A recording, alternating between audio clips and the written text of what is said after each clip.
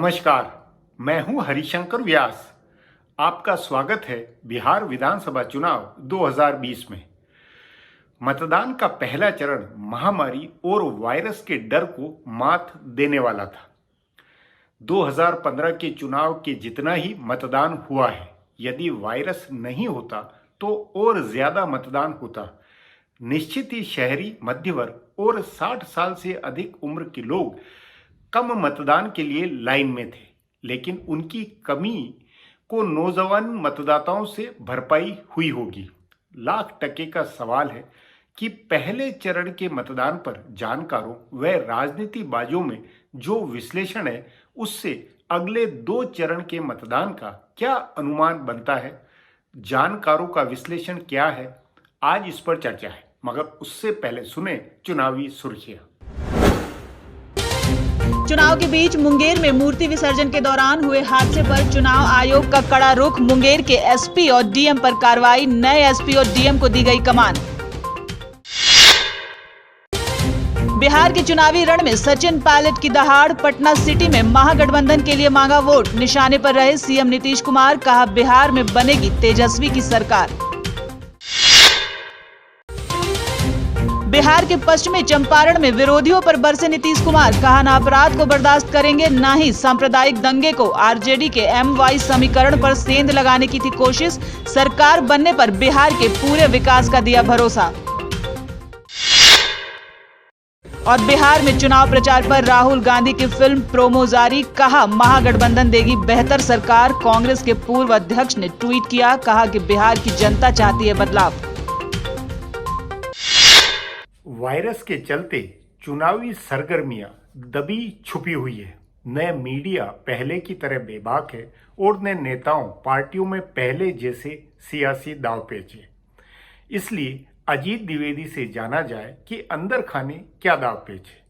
चुनाव में वे कौन से पहलू सवाल है जिनका और छोर समझ नहीं आ रहा है। अजीत, आज की सुर्खियों में राजनीतिक मायने वाली क्या कुछ बात है? अब तो एक सबसे बड़ी खबर बिहार की ये है, जो सीधे चुनाव प्रचार या राजनीति से उस तरह से नहीं जुड़ी है, लेकिन मुंगेर में दुर्गा पूजा के बाद जो विसर्जन के समय पुलिस ने गोली चलाई और एक नवयुवक की मौत हो गई और उसके कई लोग घायल हुए, उसमें पुलिस वाले भी घायल हुए। वो विवाद एक बड़ा विवाद हो गया, मतलब एक राजनीतिक विवाद भी हो गया है और सामाजिक और लॉ एंड ऑर्डर का तो प्रॉब्लम हो ही गया है। वो चूंकि उसमें जेडीयू के एक बड़े नेता की बेटी वहां एसपी थी, वो इन्वॉल्व थी, इस वजह से वो एक पॉलिटिकल इशू हो गया। बीजेपी का कैंडिडेट था, तो बीजेपी को लग रहा है कि यह सैबोटाज हो गया, उसके कैंडिडेट को नुकसान हुआ। काफी सारे लोगों ने वोटिंग का बहिष्कार करने की घोषणा की वहां। तो अब उसमें आज ये घटना हुआ, आज ये उसमें ये डेवलपमेंट आज का ये है कि चुनाव आयोग ने कलेक्टर और एसपी दोनों को वहां से हटा दिया है, नए लोग नियुक्त हुए हैं। इसके बावजूद लोग शांत नहीं हुए हैं। लोगों ने आज भी थाने पर हमला किया है, एसपी आवास के सामने प्रदर्शन किया और अड़ोस पड़ोस के जिलों से पुलिस और बुलाने की जरूरत पड़ जा रही है। लोग काफी आंदोलित है वहां। तो ये एक बड़ा विवाद वहां हो गया है। नहीं तो इसमें राजनीतिक सियासी तौर पर इसको कौन तुल दे रहा है और किसको फायदा हो रहा है और इसके राजनीतिक अर्थ क्या निकल रहे हैं? वहां आसपास तो वहां तो चुनाव मतदान तो हो गया, ये अभी होना है। तो नहीं, मतदान हो गया वहां। पहले दिन मतदान को लेकर के इसी वजह से प्रॉब्लम हुई कि वहां जेडीयू के बड़े नेता की बेटी एसपी थी और कैंडिडेट वहां बीजेपी का था। तो ये जो एनडीए के अंदर ही आपस में जो कलह है, उसको लेकर के ये फ्लेयर अप हो गया। उसकी वजह से ये मामला और पकड़ गया। बीजेपी के लोगों को लगा कि ऐसा वोटाज हो गया, हमारा कैंडिडेट हार सकता है चुनाव। और आरजेडी ने इसको ऐसे बना दिया कि ये हिंदुओं की बात करने वाली पार्टी है और इसने हिंदुओं के इतने बड़े त्योहार में विसर्जन के समय गोलियां चलाई पुलिस ने। तो इस वजह से एक विवाद एक नया मोड़ ले लिया और अब लॉ एंड ऑर्डर का प्रॉब्लम हो गया है। आसपास के लोग काफी आंदोलित हो गए हैं। तो उसका मतलब ये है कि एक तो एनडीए के अंदर खटास है, वो बड़ी है, और दूसरा ये है कि कानून व्यवस्था का भी मामला जो ठीक रहा है वो नीतीश कुमार सरकार पे फूटा है। तो इसलिए ये एनडीए का ज्यादा बड़ा के लिए चिंताजनक बात है। एनडीए की वजह से हुआ और अब अपोजिशन इसका फायदा उठाने की कोशिश कर रहा है। इसके अलावा मतदान के बाद के ठहराव में आज की कोई जनसभा या उस तरह की क्या राजनीति है, क्या घटनाएं हैं? तो जो आपस में सब अपनी अपनी व्याख्या सबने शुरू की। चुनाव के तुरंत बाद आरजेडी की तरफ से कहा गया कि 71 में से 55 सीटें हम जीत रहे हैं। एनडीए की तरफ से रविशंकर प्रसाद ने भी प्रेस कॉन्फ्रेंस की, उन्होंने भी कहा कि वो लोगों ने अस्थायी सरकार और स्थिर सरकार के लिए वोट दिया है। दोनों ने अपने अपने दावे किए उस बीच आज पूर्वी चंपारण, पश्चिमी चंपारण में इनकी सभाएं हुई, मुख्यमंत्री वहां गए, नरकटियागंज और पश्चिमी चंपारण उन्होंने सभा की, और जो उनका पुराना नारा रहा है कि न्याय के साथ विकास किया है हमने, और वो फिर उन्होंने ये सवाल पूछा तेजस्वी से कि जब आप कह रहे हैं कि हम 10 लाख नौकरियां देंगे तो उसके लिए पैसा कहां से ले आएंगे। ये आज भी उनके भाषण में ये रहा कि वो रोजगार का तो कह रहे हैं कि रोजगार देंगे, हम लोग भी नौकरियां भी देंगे, लेकिन 10 लाख नौकरी देने के इशू पर वो बार बार जो पूछ रहे थे कि पैसा कहां से ले आएंगे, तो वो इशू अभी है। वो उसको डिफ्यूज करने का, उस 10 लाख की नौकरी देंगे वो एक चुनावी जुमला है, ये साबित करने की जो सारी कोशिश है पिछले 10 दिन 12 दिन से, उसी कोशिश में आज का भी मुख्यमंत्री का भाषण था कि लोग समझे कि ये एक जुमला है।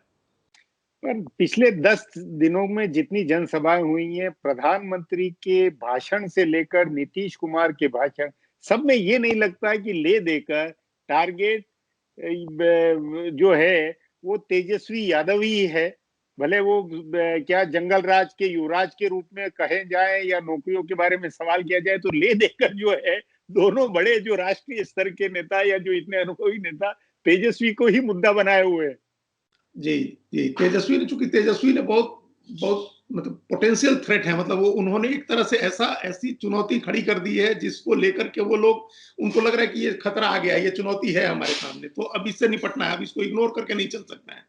जब तक ये इसमें नहीं, पर इसमें अजीत, ये दोनों इतने बड़े नेता, वो तेजस्वी से खतरा तो रहे, वो तो जो जनता की जो फील है उसको बीच कर उसको क्यों नहीं फोकस होकर वो उस पर बात कह रहे हैं जनता को। जो इनके सुशासन का जो भी नारा रहा है, जो भी अब तक का इनकी राजनीति रही है नीतीश कुमार की, उसके खिलाफ अगर लोगों का गुस्सा है, लोगों में अलोकप्रिय हुए हैं नीतीश कुमार, तो उस लोगों के गुस्से का प्रतिनिधित्व तेजस्वी कर रहे हैं। हाँ, तो इसलिए अब दूसरा कोई रास्ता नहीं है कि आप उनकी अनदेखी नहीं कर सकते हैं। लालू यादव सीन में नहीं है, आप उनको अटैक नहीं कर सकते हैं।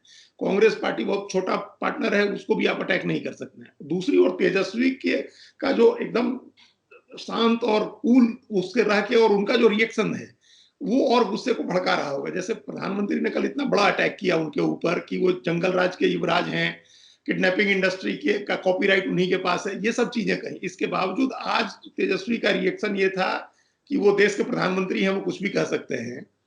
और दूसरी बात उन्होंने कही कि उनको बेरोजगारी और गरीबी पर भी बोलना चाहिए। तो ये रिएक्शन बहुत ही मैच्योर और बहुत परिपक्व और ऐसा रिएक्शन है कि जिस पर आप अब आगे क्या बोलेंगे। अब एक ब्रेक लेते हैं। ब्रेक के बाद आज के चुनावी विषय पर खरा खुलासा है।